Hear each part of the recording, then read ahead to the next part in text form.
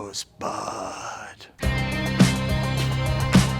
We are here at Heritage Auctions headquarters in Beverly Hills, California, with what I would argue, I apologize, Ruby Slippers, the single greatest movie prop ever from the greatest movie ever made, Rosebud Citizen Kane, featured in the big Heritage Auctions entertainment auction, July 16th, 17th, and 18th. And on the 15th is the Cecil B. DeMille auction. I've got that all correct, right? Yes. Brian Chanis, this is incredible. Is this the greatest piece you've ever sort of... I think it is. Where are you? I mean, where I lie, because I'm a bit more cerebral. I love The Wizard of Oz, mind you, but this Golden Age Hollywood, the most influential film of all time. I don't think many people can argue that. And not to mention just the plot driving. But please behind. argue it in the comment section. Right? But this is it. This is the lost, we're calling it the lost, in air quotes, Rosebud Sled. Citizen Kane, there is no cinema without Citizen Kane and Orson Welles. I think it's incredible. It's here behind glass. We probably shouldn't take it out. Holy shit.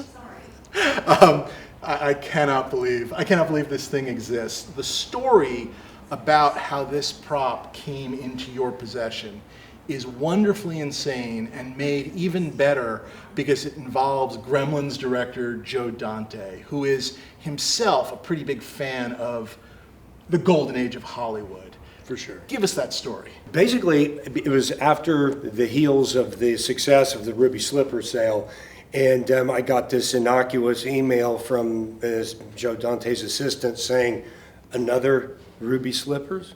And I go, "What's this?" I go, "Okay, it's probably a replica pair." I opened up this PDF that had this long explanation, and I was gobsmacked. I was blown away. And so immediately got them on the phone and went through the history behind it and how it was discovered in the old RKO lot when he was shooting at Paramount. Yeah, he was shooting at Paramount, which used to be the old RKO lot, and basically they had been clearing stuff out, costumes, props, scripts, all sorts of stuff, Lord knows, throwing it into a truck, and someone was sort of like, "You want to see something cool?" And I kind of think they got to see about the coolest thing they've ever seen.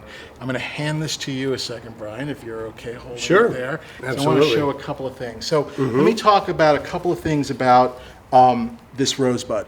There have been other Rosebuds. There is one at the Academy Museum that belongs to Steven Spielberg. That's one of the balsa wood. There's a balsa wood version that was made to be thrown into the fire. That's a scene at the end of the movie, spoiler alert. They throw them into the fire, they made multiples, they threw them in, they got their shot, and one survived. And that is the one at the Academy Museum. Then a second one showed up at some point, which had been gifted after the production as part of the promo.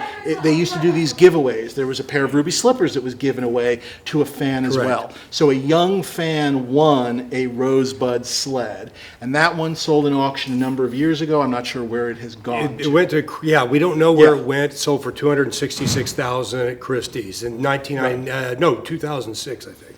And then nothing until this. Now, on this piece, first of all of this, the rosebud, the flower, all of this, the paint style, the paint job, it all 100% matches the other sleds, right? It matches matches the Spielberg sled, matches the pictures of the other. You guys had this like atomic dated and like chemical analysis of a paint chip to show it's of the right time. It's I don't even know. It was it was the pre-nuclear testing age, and so the tree that made this, it's a pine tree, yellow pine to be exact. And this is the practical sled that you see the young John Foster Kane, playing around with. Originally, there was iron attached to it for the sled, and you can see there are still nail holes, but what we where suspect, they went. the Bauer sled, which was the contest winner, and the Spielberg sled, they all had metal, strips on the runners. But they were all removed, which makes sense because during the war years they would do scrap metal drives, and so which is cool because that means the metal sled part of Rosebud was used to make bullets to kill Nazis. Makes it that much cooler. That's right. And most importantly, Look at the stitching. Do you know what Rosebud was? I have heard rumors. Rosebud, apparently, one of the many reasons that William Randolph Hearst was so angry at this movie, not only that it was about his life, but Rosebud, allegedly, the rumor goes, Rosebud was Hearst's nickname for Marion Davies' private parts. Rosebud. Where's this starting, bid-wise? 250,000. Holy crap. I mean, I may just bid so I can say I bid on it and lost, like just because it's going to go wild. It belongs in a museum. I don't know where it belongs. It's incredible. I mean, I think Yeah. for the trophy hunters out there, Yeah. I mean, for in Hollywood cinema, It's this Rosebud. Yeah. Yes. It's Rosebud. It's Marion Davies' private parts. What more do you want?